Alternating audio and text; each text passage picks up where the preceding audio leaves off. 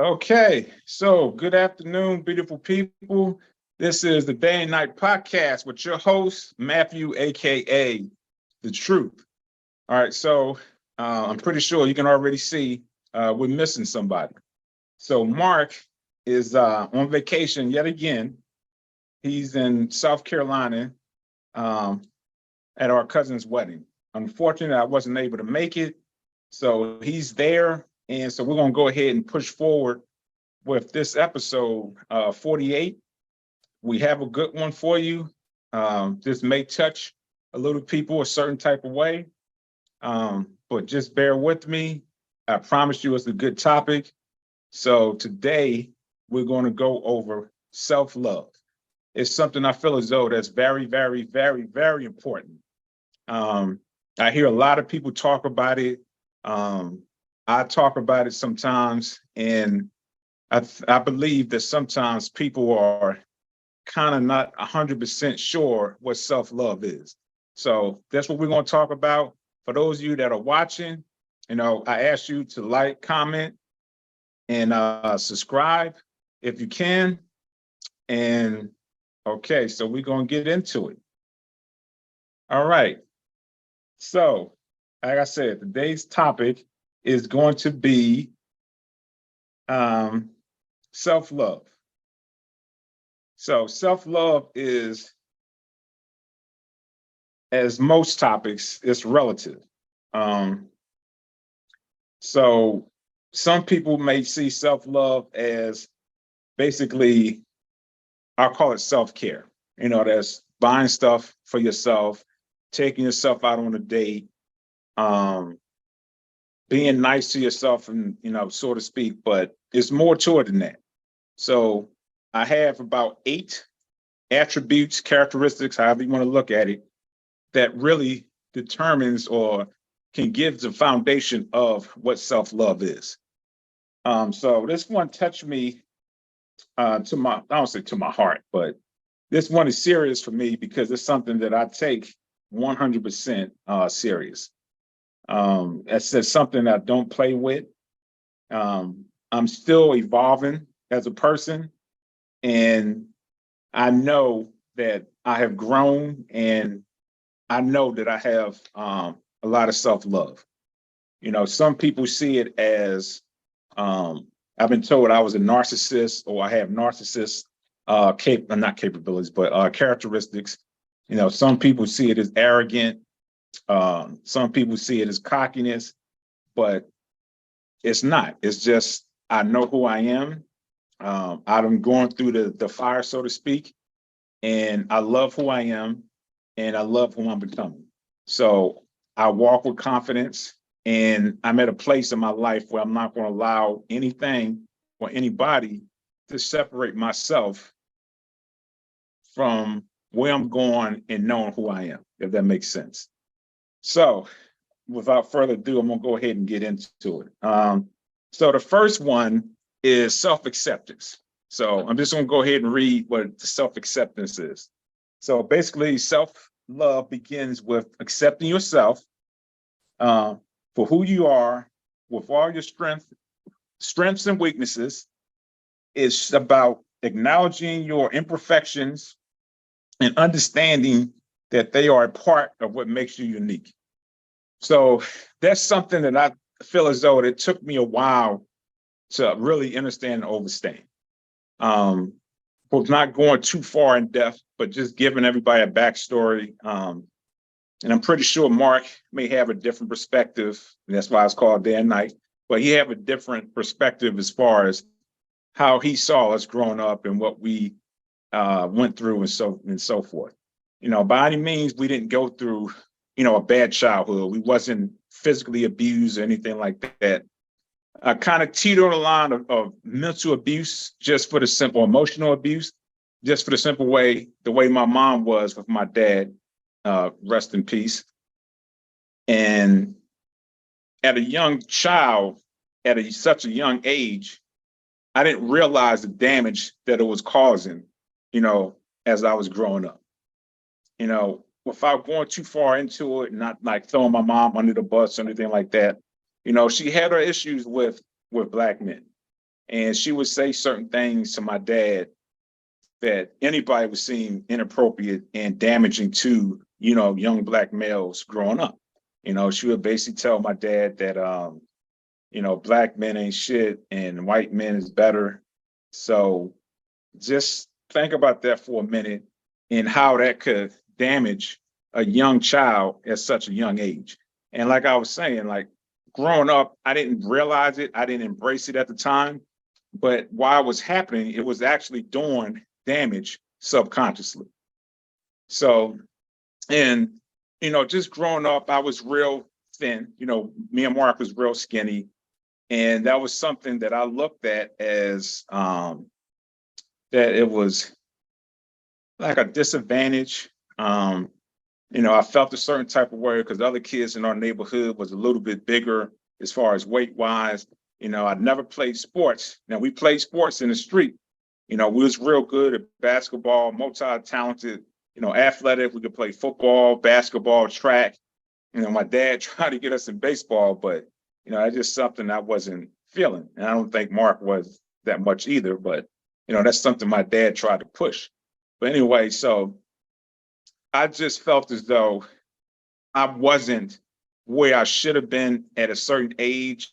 And I looked at myself in a certain way that was negative on top of the subconscious things that I was hearing, that my mom was saying to my dad.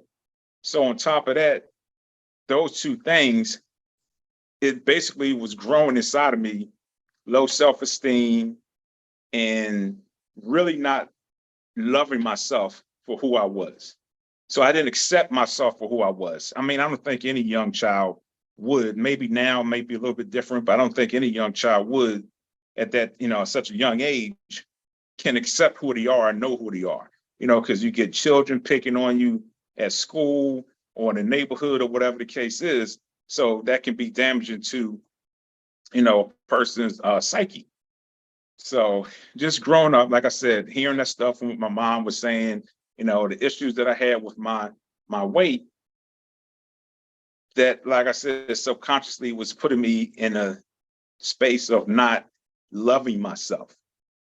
So as I got older and, you hang out with your friends and stuff like that, and you get into things that's probably not appropriate.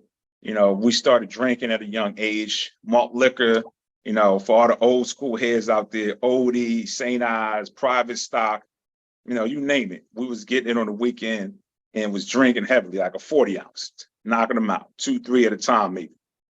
So I was already adding more damage to myself by drinking alcohol and stuff like that, because it's depressant. So that didn't help the situation. So, just getting older, and not growing the way I was supposed to and having that self-esteem and that self-love for myself, it basically, I don't say it taught me, but it kind of raised me in a sense of I kind of disrespected people because I didn't know who I was. I didn't love myself. So if you don't love yourself, in my opinion, it's no way you can love somebody else, because everybody's a reflection of their thoughts and who they are. So if I'm treating myself bad, or if I don't feel good about myself, then I look at other people and don't feel a certain way about them, or don't respect them because I don't respect myself. So that led me to, getting into relationships and stuff and not knowing how to be in a relationship, not knowing how to care for a woman, not knowing how to treat a woman, not knowing how to love a woman, because I couldn't love myself. So how can I love, someone else?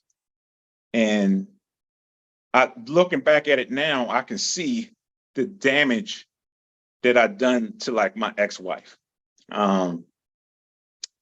If I knew who I were at that time, and if I had love for myself, I hate to say this, but I'm just being honest, I probably never would have married her, because not saying that she's a bad person or anything like that, but we're just polar opposites and we just weren't compatible, so I had the wrong reasons why I wanted to date her. She was in the gym like I was in the gym. I love legs. I'm a leg man. And she had some killer legs. And I was like, damn, man, that's nice. Boy, I definitely want to hit that. Like I said, it may sound bad, but that's just how I was at that time. So, and that's what I did. I went for it. And I was seeing somebody else at the same time. And she walked in one day when I was with the other young lady. And she looked at me and she was like, wow, really, man? And she walked out. And I'll never forget this. She was like, you need to make a choice. It's either me or her. Now, this is just the low state of mind and vibration and all that stuff I was in at the time. Now, the other female I was with, we weren't having sex and nothing like that. It was somebody that I really could kick it with. We had good times together. I could joke. I could really be myself. But she just wasn't like, she wasn't having sex. But my ex-wife was. So low vibration of me, low state of mind, I went with, who was giving the sex. And so I chose her. And 15 years later, the marriage didn't work out. I stepped out on her numerous times. I was out in Germany at the red light district up in Frankfurt. Anybody that been to Germany or overseas, y'all know what the red light district is. If you don't know, that's basically, it's legal prostitution over there. And they have them all over the place. So at night, when the red light is on, that's where you know where the spot is.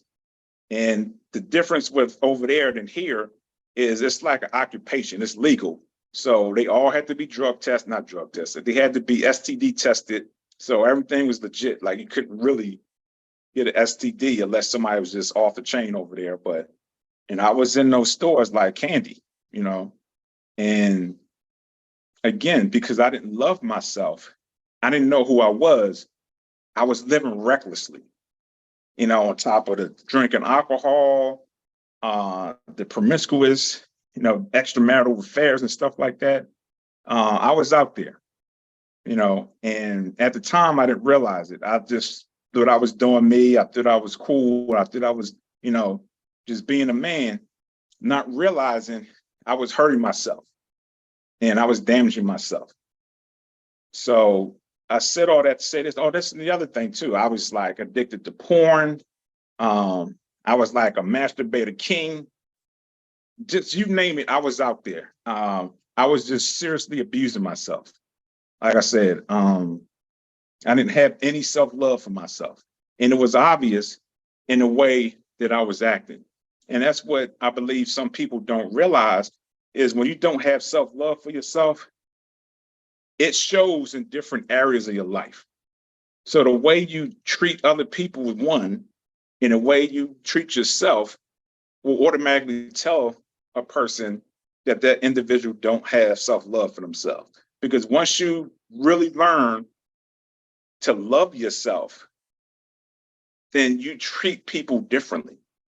I'm a firm believer in if you cannot love yourself, there's no way on this God's green earth that you can love somebody else. And I say all the time that there's like two different type of loves. I call it 3D love, 3-dimensional, and then there's universal love, agape, if you're Christian or whatever. And the 3D love is basically, the material, money. I call it the 5 senses: see, hear, feel, touch, and taste. So that's everything that's in front of you is tangible. So I believe that most people have that type of love and they're not at that universal godly love yet, that Christ-like love.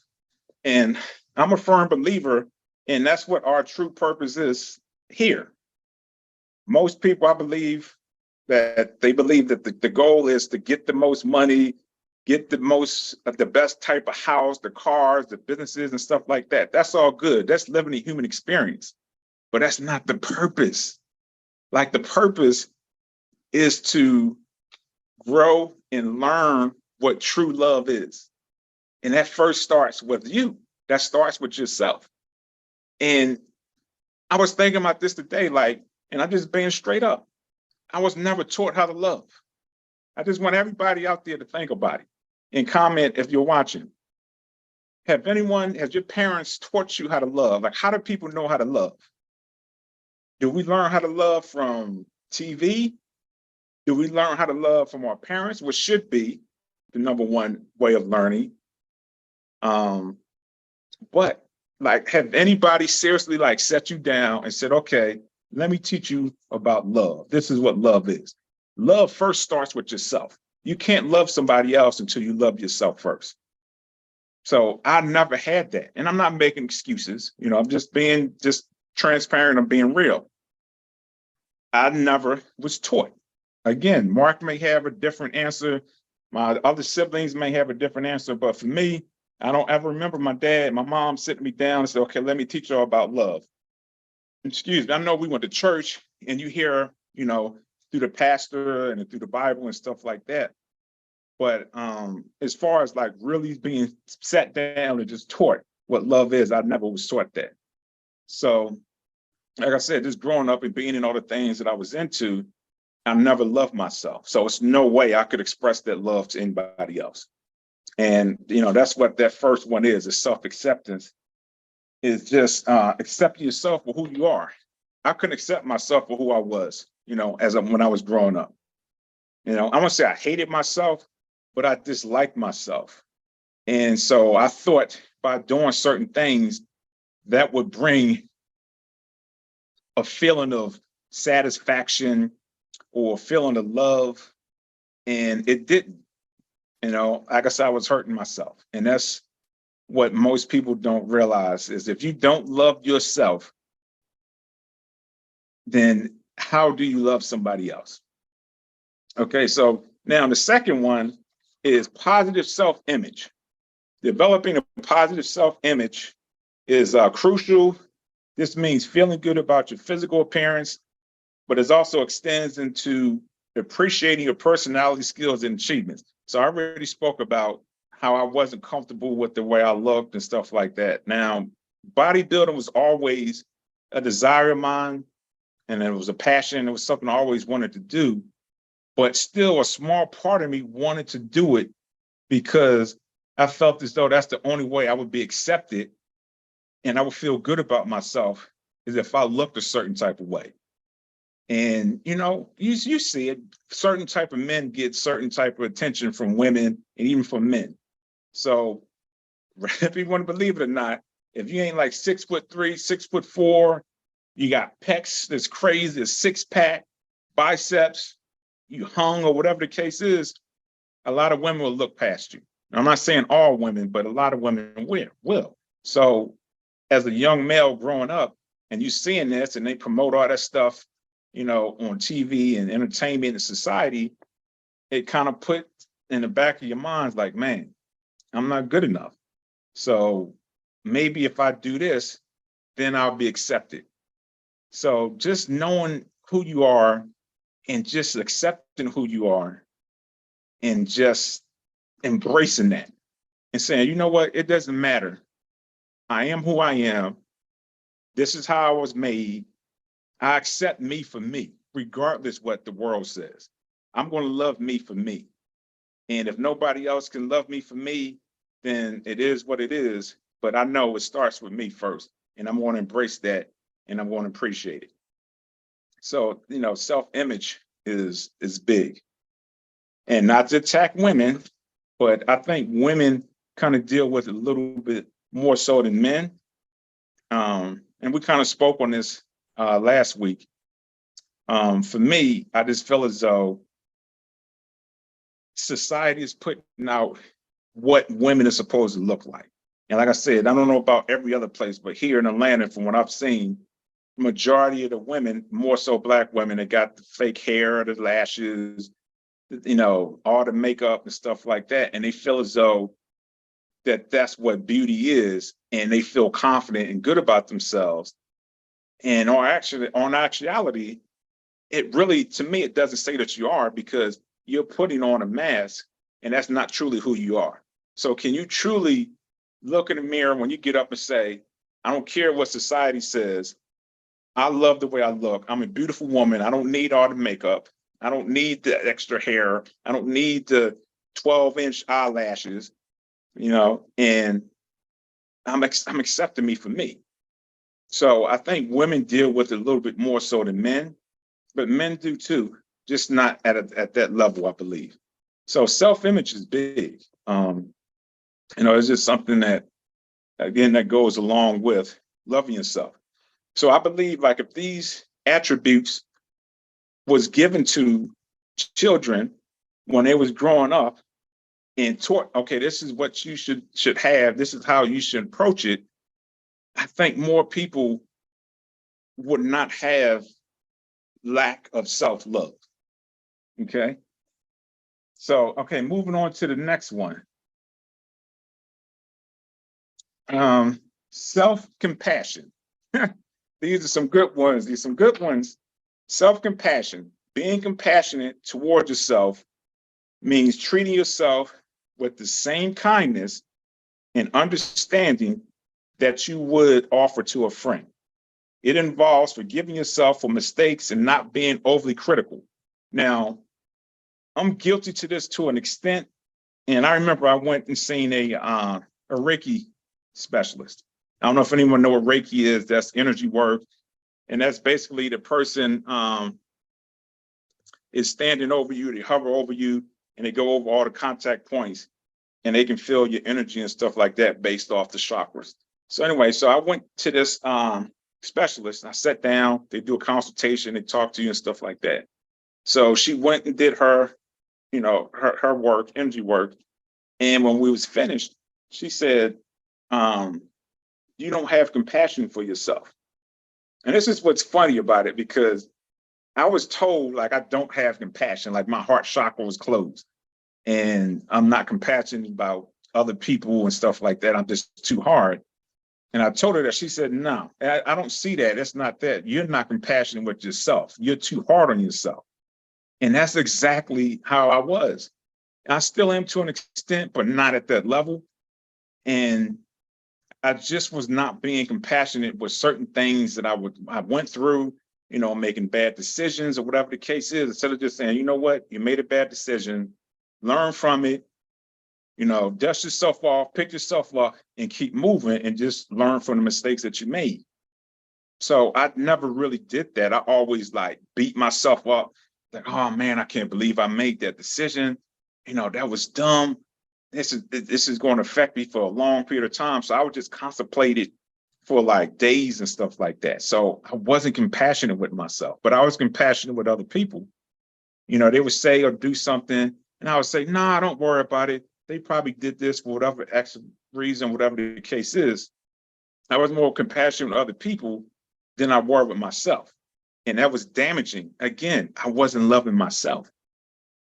So part of loving yourself is being compassionate, not beating yourself up if something goes wrong. If you're at work and, you screw up and make a mistake, don't beat yourself up. Or if something happens and, things is just getting out of order and it's chaotic, and you're like, man, I can't believe this. And you go home and you're like, I can't believe this is happening to me. What am I doing wrong?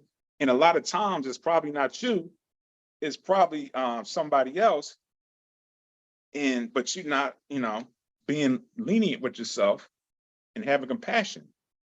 So that's another attribute that's really, really needed in order to have love for yourself and grow in love. Okay. All right. So now the next one is setting boundaries. Oh, this is a good one. Okay. So setting boundaries. Self-love includes setting healthy boundaries in your personal and professional life. Okay, I'm gonna make sure people hear that. And professional life, it means recognizing when you need to say no to protect your well-being and prioritize your self-care. Now, this one I've come to learn. And like I said, I've been criticized, I've been called narcissistic and arrogant, all type of stuff, because I'm at a point now where I have boundaries. I don't care who it is, mother, father, daughter, son, brother, sister, aunt, uncle, nephew, cut, it doesn't matter. I will never put someone else before me if it compromises my safety, my health, my well-being, and my state of mind. Because I'm at a point now where I love myself enough to where I'm not going to be used by somebody that don't have respect for me and can't see me and accept me for who I am.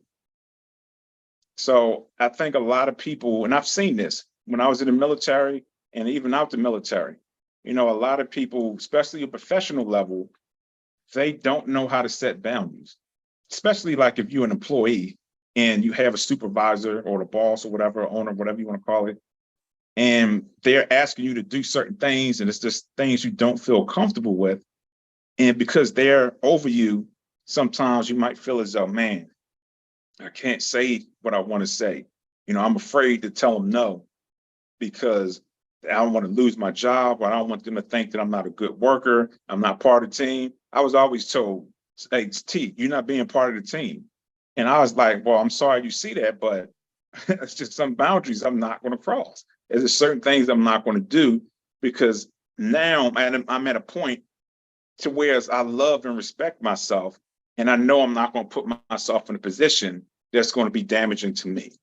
And I just feel as though a lot of people are not putting themselves in that position to not be used.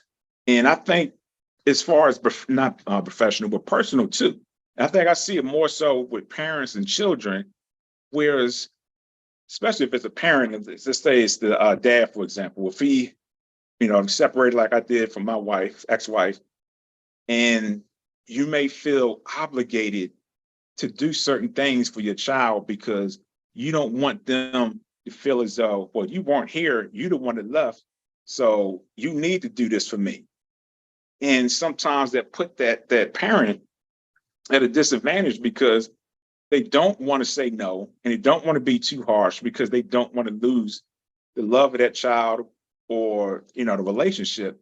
So they were compromised their well-being, just because they don't want to be perceived a certain way. And that's crazy. I have boundaries for my children. I have boundaries for my siblings. I'm just going to be honest. I had an incident with, my older brother before he passed. May he rest in peace. But he overstepped my boundaries as far as saying certain things to me and talking about me a certain type of way. Just because you're my older brother does not allow you to treat me a certain way and talk to me a certain way. Just because you have seniority over me because of age and experience, you still got to respect the person regardless. You got to respect them for who they are.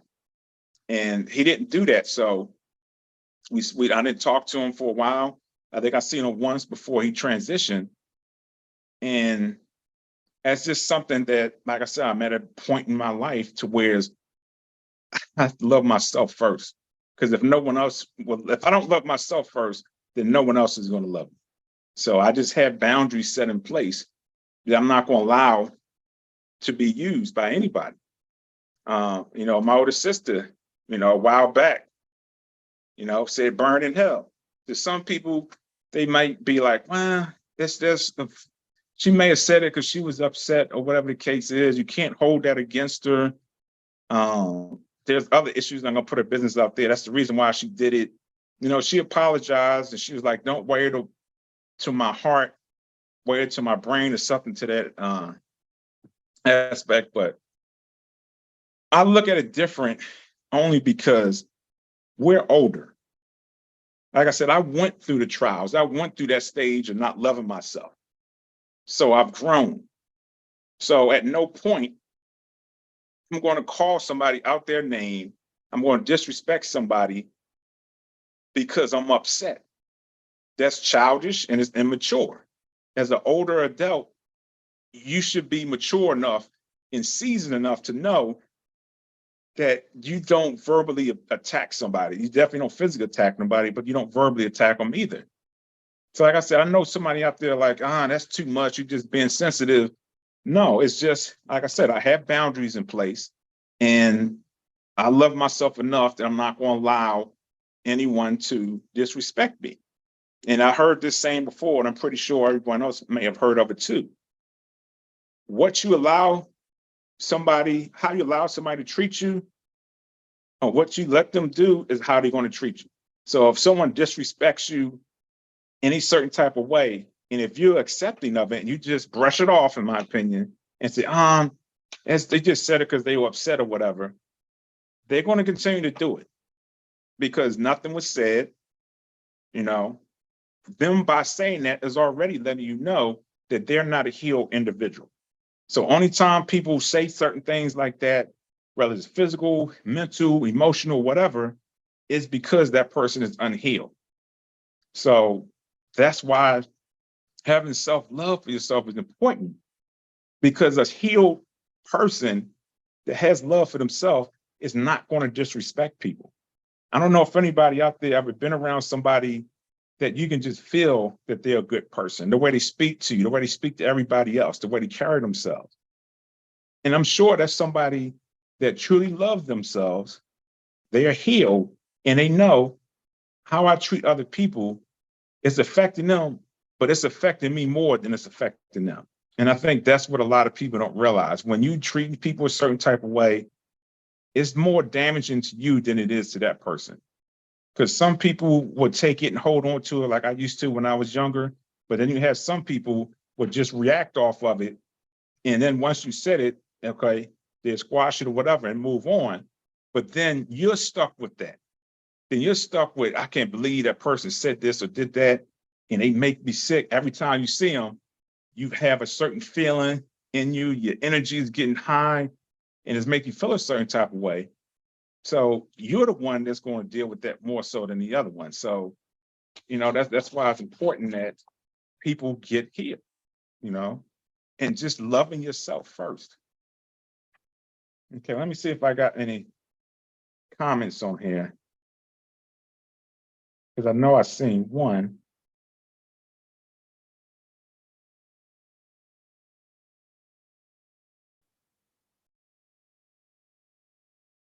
Okay.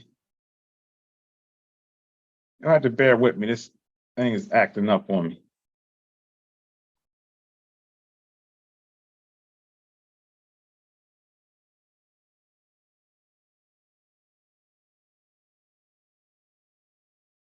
Okay, Katie just says she was never taught how to love. I looked at what I saw in the movies and TV. And that's, I think most people do. KJ said, hurt people hurt people. Yeah, that's what they say. That's definitely true. But the question is, why is that? I truly believe that hurt people, it comes from self-love. I'm just a firm believer in that. There's no way anybody can tell me that you love me, but you don't love yourself. Like you can see that the behaviors by people that you can see like, man, that person really don't love themselves. But yet they can turn around and say, I love you. Well, at least that's me. I don't know about anybody else, but I pay attention. And if I see somebody, and this may rub somebody the wrong way, but it just is what it is, someone that abuses alcohol, drugs, sex, excessive buying, impulsive buying, there's something missing. A lot of that stuff, that some people believe that it validates them and it makes them feel good. It's like it's taking a place of that love, if that makes sense. And that's how I was. So I'm speaking from experience, from personal experience. And so I walked it, like I said, and I see where I'm at now. And I know once a person starts to love themselves, all that stuff falls off.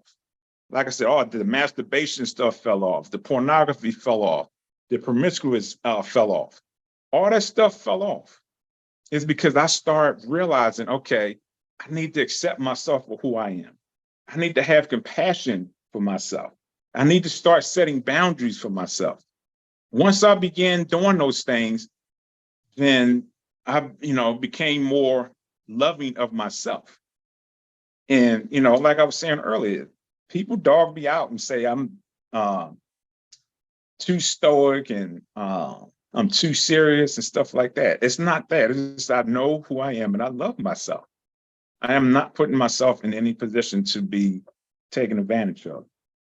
Okay, now this is the one I want to really focus on a little bit.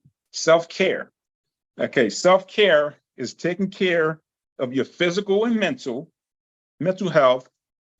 It's a key component of self-love. This can include regular exercise, a balanced diet, getting enough rest, engaging activities that bring you joy and relaxation. Now, this is just my opinion. I may be wrong, but from my observation, I believe most people believe self-care means self-love. And not all the attributes that they mentioned in that self-care. I truly believe most people believe that self-care is buying stuff for themselves, treating themselves out. Sometimes somebody might throw, the gym and stuff in there, or, that, or women is taking care of their hair, keeping their nails up, dressing nice. A lot of people believe, well, that's my self-care, so I love myself. That's one element to a whole bunch of different attributes. So there has to be more focus on all the other 7 than just that one, which is self-care. So, and this is something I was thinking about that I want to take my time with, but really get across. Okay, so with the self-care, with the mental health aspect of it, I was totally against seeing a psychiatrist when I was growing up, when I was younger, a young adult. I was like, man, that's for the birds. Them jokers are fakes. There ain't nothing real about it. And I refused to see one. And then it wasn't until I was put in a situation to where I had to see one, and best thing ever happened to me. It literally opened my eyes to who I was at the time and who I needed to become. Now, I'm not there yet, but I'm a hell of a lot better than I was back then. So what I'm getting at is recognizing, okay, something is not right about me. I need help. And seeking that help, putting in the work to try to become a better person is much needed. Okay. So the getting the hair done, taking yourself out, taking yourself on a trip, buying new clothes, a new car, getting multiple businesses, having all these houses, that don't mean doodly squat if you're not mentally stable and level. Well, it's the same thing, but it's not going to do any benefit if you got all those things, you're doing all those other things for you, but you still having issues dealing with emotions, still have issues dealing with anger, had anger issues. So if you don't put in the work to work on yourself by seeking help, then you're doing yourself a disjustice, and you're doing your loved ones and your friends a disjustice. So self-care is not just the appearance or the outer appearance of yourself. It's internal as well. So now I want to touch on this real quick. This may sound bad, but I don't need somebody to tell me that they love me. If someone don't tell me they don't love me, it doesn't make me feel a certain type of way. I don't get mad. I don't get upset. But if it's a child, my children, the person I'm with, mom or dad, because I love myself. God is within us. God is in us. For those that follow Christianity and stuff like that, I don't know if you read the New Testament, but it speaks about You know, once he died and stuff, you're filled with the Holy Ghost and stuff like that. So God is within you. So in a sense, you are God. So you're walking with God. You are God. So if you take that and truly believe it, why would you allow someone to treat you a certain type of way? Why would you allow certain things to happen? Why would you abuse alcohol, abuse yourself with multiple sex partners, abuse yourself with drugs, you know, eat the wrong type of foods? Why would a person do that? So that's how I look at it. I'm taking care of the God that's within me. So I got to make sure that I'm right. So by loving myself, I'm loving God because God is in me. God is me. So why would I not love myself first and not need to have that outside expression of it? I believe that we all supposed to love ourselves first. And then when you find somebody that has that same type of love for themselves, that's a beautiful thing that you're going to come together with. Because then you won't have to worry about, well, he need to do this. She need to do that. She need to tell me more. He need to tell me more. He need to buy me this more. He need to do this for me more. What are you doing for yourself? If you know who you are, you love yourself. It doesn't matter what anybody else says in the sense of needing that outside confirmation saying that I love you. Like I said, that's for me. That's how it works for me. I know everybody's different. So I'm not trying to say that that's how everybody needs to be, but I'm just saying that's how I see it. Like I don't need it because I love myself. That's all I need. And if you can bring the love of yourself into the relationship with me, like I said, that's a beautiful thing. That's peace. Because then we're not trying to challenge each other. Then there's expectations, but there's not crazy expectations. You just enjoy the moment. You enjoy the company of that person because y'all both have that love for yourself. So now you're just bringing that together and you're expressing it. That's how I see it. It may sound crazy and far-fetched, but like I said, that's how I see it, and that's how I roll with it. So I know for some people it comes off as kind of cold, but I'm not a cold person. It's just that my expression of love is different. Probably from the average person that you meet. Okay. All right. So the next one, mindfulness. Okay. Being present in the moment. Oh, that's my favorite thing, boy. If anybody truly know me, that's my favorite saying. I'm in the moment. I live in the moment. Everything is about the moment for me. Okay. Being present in the moment and mindful of your thoughts and feelings. It's important for self-love.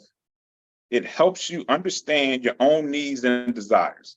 Now, that's a little bit different as far as what I'm talking about, but I don't know if that makes sense to everybody as far as just being in the moment and not overthinking things and not, looking back and saying, well, this person did this person did that. That happened in my last relationship. So now I got to be cautious about, what I'm at with this person now. Just be in the moment. Love yourself in the moment. When you get up in the morning, like, man, it's a beautiful day. I love myself. You know what, Matthew? I love you. You're a handsome young man. You're an intelligent young man. You're a strong young man. You're a respectful young man. And just embrace it, enjoy it. And then just go out and just be. That's my favorite thing, is just be. Okay. Seeking help. Sometimes self-love involves seeking help from a therapist, which I already spoke about, or a counselor when dealing with emotional or psychological challenges. Seeking support is a sign of self-compassion and self-care.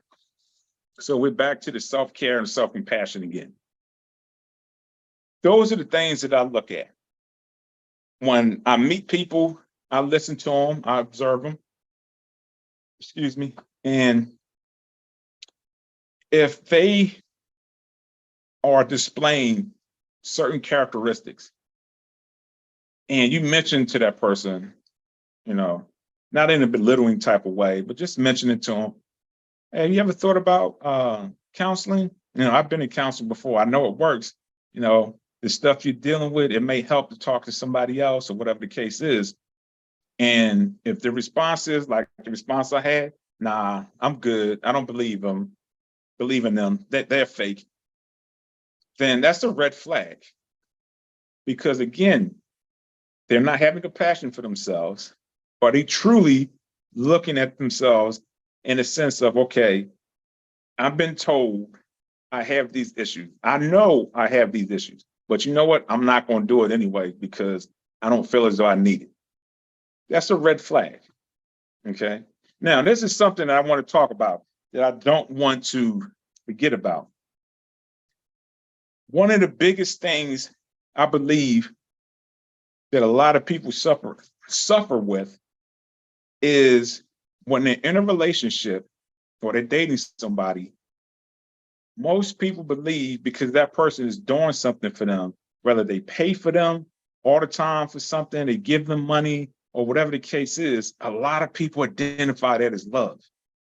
Again, that's what I call 3D love. It's all material, it's natural things. So sometimes just because somebody is giving you money, they're buying you stuff, that doesn't mean they love you. I've seen and been around many of people where they say they love somebody and they dog them out. As soon as they turn their back, they're dogging them out. They treat them a certain type of way, but you know what? They got you. Hey, you need this? I got you. So that person, in my mind, you have to ask yourself, is one of two things. Either that person is using that person or they don't have any self-love. It's only one of the two. There's no black and white. I mean, there's no gray area, it's black and white. Either you don't love yourself or you're using that person for whatever reason. Because if you're being abused in a situation, in a relationship, whether that's physical, mental, emotional, financially, whatever it is, and you see it and you continue to deal with it and accept it, and I hear this all the time, boy, this person was there for me. This person did that for me. I love them. So are you banking or putting your well-being, your mental health, your emotional health, even the physical and financial sometimes, you're putting all that on the line because you say you love this person and that person loves you. It's just they going through something or, you know, they just haven't gotten to that point yet. So when is it going to change? If you ask them and you talk to them and it still happens, why do you still deal with it? And I'm going to say this, when I was not bragging or anything like that, but I'm a very giving person. When I have it, I would give. I don't have any issue with it. When I was in Germany, it was one of my army buddies. He's like, hey, man, can I borrow $500? I was like, how much? No, he said, can I borrow some money? I said, how much you need? He said, about $500. I went to the ATM machine, got it, gave it to him. He said, all right, I'll pay you back. When do you want it back? I said, don't even worry about it. He's like, for real? I was like, yeah, man, don't worry about it. When I was in massage school, every class that graduated, now this is a class, I didn't know who they were. I just know it was a graduating class. I went out and brought something individually for every person in that graduating class. I did it all the time. When I was at my unit, when I was at Hand and Stones, I would buy stuff for people's birthday and bring it in and give it to them. And again, I'm not saying this to brag. My point is, just because somebody buys something for you and do stuff and give you money does not always mean that that's love. Now, don't get me wrong. I know when someone truly loves somebody, that's an expression, one of the ways of doing so. I'm not saying like if somebody loves you and they buy you stuff, do stuff for you, that mean they don't love you. What I'm saying is don't let that fool you to believe that's what love is. And I'm more so speaking of people that's in toxic relationships. Now, if you're in a healthy relationship and it's a give and take from both of you, and y'all don't have no agenda, and it's not about, okay, if I buy something, then you got to buy me something. If I pay for a trip, then you got to pay for a trip. And they throw up in your face, well, I bought this for you, I paid this for you. If it's a relationship like that, then I'm sorry, that's not love. Okay. So again, I'm talking about for those that's in the toxic relationships, and the first thing that person brings up is what I do for you, or you're thinking, well, this person helped me out when I was in a bind. That doesn't mean that's love. If they're cursing you out, they're calling you names, and it happens on a consistent basis, something is wrong. Again, somebody that truly loves themselves is not going to act that way, because again, we are all reflections of each other. So how they treat you is pretty much how they treat themselves. So that's just something to think about. For me, it's not going to fool me. You're not going to tell me you love me one day, and then the next day you're telling me to burn in hell. Or then under the same sentence, you say, I love you, I care about you, but then you're telling me to burn in hell. That's not love. Come on. Like I said, I refuse to be abused because that person is not doing what they need to do to ascend. Okay? So it starts with loving ourselves first. I always say you cannot love somebody if you don't love yourself first. Okay, let me check and see. Nope, no more comments. Okay. So now moving on to positive affirmation. Okay, positive affirmation. Using positive affirmation can reinforce self-love. These are statements or beliefs that promote a positive self-image and self-worth. So I'm pretty sure everybody heard, everyone knows what affirmations are. And again, when I was younger, I never even thought about it. I didn't do it. Like I heard about it, I just thought it was ridiculous, because my older brother, Jay, he used to do that. He used to write notes to himself, paste it on his mirror. He'd have notes throughout the house and stuff. But when you think about it, every day we get affirmations. We get affirmations from advertisers. We get affirmation from entertainers, celebrities, everything, you name it. We get affirmations basically telling us how to think, how to live, how we should act, how we should respond to things. So why can't we do that with ourselves? So I've just come to learn that that's important. It helps, because it goes to your subconscious mind. We basically function off our subconscious mind. I don't know if people realize that or not. So the things that we're taking in our subconscious mind, we act on later on. So just doing positive affirmations is, it does wonders. And this is something I used to do when I was in the military, when I was in Christianity and in the church. I would literally, when I get up in the morning, one of my favorite favorite quotes or scriptures was, I can do all things. Now, of course, I can do all things through Christ Jesus that strengthens me. God did not give me a spirit of fear, but a love, power, and a sound mind. Greater is he that is in me than he that is in the world. I used to say that every day when I would get up and go to PT, when I'm at lunch, coming home, or, at the end of the day, I will always just say some positive affirmation just to get me through the day and to remind myself that I am worthy, I am important, that I am valued. That's what brought me to where I'm at now, whereas I love myself, and I'm going to be frank. I'm not in South Carolina. One of the reasons is because of my car. Oh, not car, but because of money situations. But the other one is, my nephew, he's like heavily into Christianity and stuff like that now. He used to call all the time. He used to chop it up and stuff. He used to say, "You're like my father figure. I respect you, blah, blah, blah." But once he got into Christianity and we don't see eye to eye, the phone call stopped. I wrote my book, no congratulations, anything. But as soon as his wedding came up, he wanted me to show up. So I just asked myself, why should I support that? I wasn't supporting. And don't get me wrong, it's not a tit for tat. I'm not doing this out of spite or trying to be a certain type of way. That has nothing to do with it. The point I'm looking at and focusing in on is that's still a behavior, because in my mind, in a sense, he's still okay. I say I love you, but I don't respect you. And that's big for me. And this is something I want to say before I close. Like I was saying earlier, I don't need for somebody to say I love you. What I want is respect. If you seriously think about it, like I said, people would dog their children out, their spouse, friends, or whatever, and call and say, "I love you,"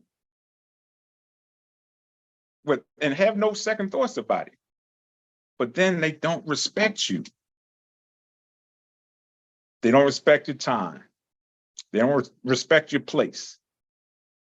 They don't respect sometimes your financial situation, or whatever the case is. So for me, when somebody respects that and show that they respect me, that for me trumps someone saying that I love you. Because respect is part of love. That's an attribute of love, is respect. Because then you're being selfless. In a way, you're being selfless. Because you're thinking about the other person. Well, you know what? She might have something going on, so let me not trump her with what I want. Let me reach out to her and find out what it is that you want. And whatever I'm doing, I put that to the side because this is what you need right now. For me, that's respecting that person. You're thinking about their time. Okay. You're thinking about whatever situation they're in. So for me, that's what I want. I'd rather have respect than love. Some of my soldiers, they hated me. They dogged me out. They talked about me behind my back. But you know what? At the end of the day, they respected me. And again, I'm going to say this. When I was in Germany, I was married 2 times. The first one, it was annulled, and it actually wasn't annulled. So she went back into the military because she was in the military prior. She went back into the military.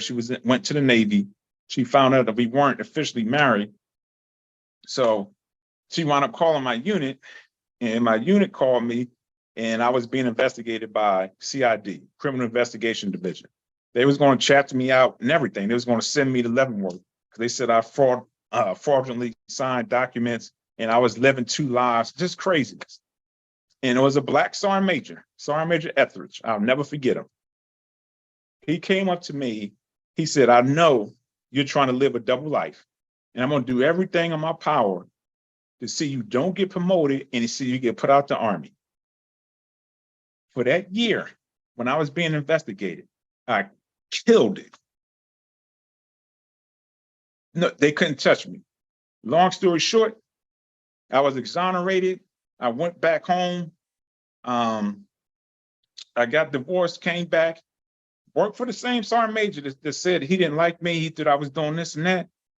Before he PCS, permanent change of station, he was having a going away ceremony, and he invited me to go. I thought about it. Nah, I'm not going. So one of my soldiers like, "Hey, Sergeant T," he's like, "Sergeant Major Etheridge is looking for you." He said, "You know what, man? He said some great things about you." And he was just looking at me up and down. He's like, "Yeah, man, he said some great things about you. I seen him in passing before he left." He said, "Sergeant Tompkins, I want to apologize. I was wrong about you. And you are outstanding NCO. And if anything I do before I leave, I want to make sure you get promoted to staff sergeant." So the point I'm trying to make is he respected me. He didn't like me. He didn't care for me, but he respected me. So that's what I'm looking for. That's what I want. You can say you love me all day, but if you don't show respect, then it means nothing. But to say all that, I'm gonna wrap it up. So hopefully everyone got something out of this. Hopefully no one took this as a rant. I was being transparent about, my life. So I want everybody to know this is not just me trying to come across as, that I'm better than anybody else and I got it all together. Like I said, I'm still working. I'm not a proven, so I was about to say proven commodity. I'm not a finished product yet, but I know I'm going to get there because where I came from, I'm no longer that person. So anybody that knows me, don't take anything personal. I just love me. And I'm always going to put my love in front of anything else. Okay. So just know that self-love is not about arrogance. Okay. It's not about narcissism. Okay. It's about recognizing your inherent worth and treating yourself with the kindness and respect that every individual deserves. Cultivating self-love can lead to improved, and I say this, improved mental health, emotional well-being, better relationships, and a more fulfilling life. When you truly meet somebody that has self-love for themselves, I almost guarantee you that relationship is going to be golden. So beautiful people, love yourself, respect yourself, and then that love can do nothing but reach out to everybody else. So I hope y'all enjoy the rest of this evening. Again, check us out. Check us out. Check us out on Spotify. It'll be posted every Wednesday. And just a little admin note, I have 4 guests just lined up for the month of November, from mental health to spirituality. I forget the other 2, but we got 4 professionals that's coming on. So please tune in. We got some more good stuff coming for you. And like I said, just remember, beautiful people, your thought becomes your belief, and your belief becomes your reality, or you create your reality. With that, I love you. Mark will be back next week.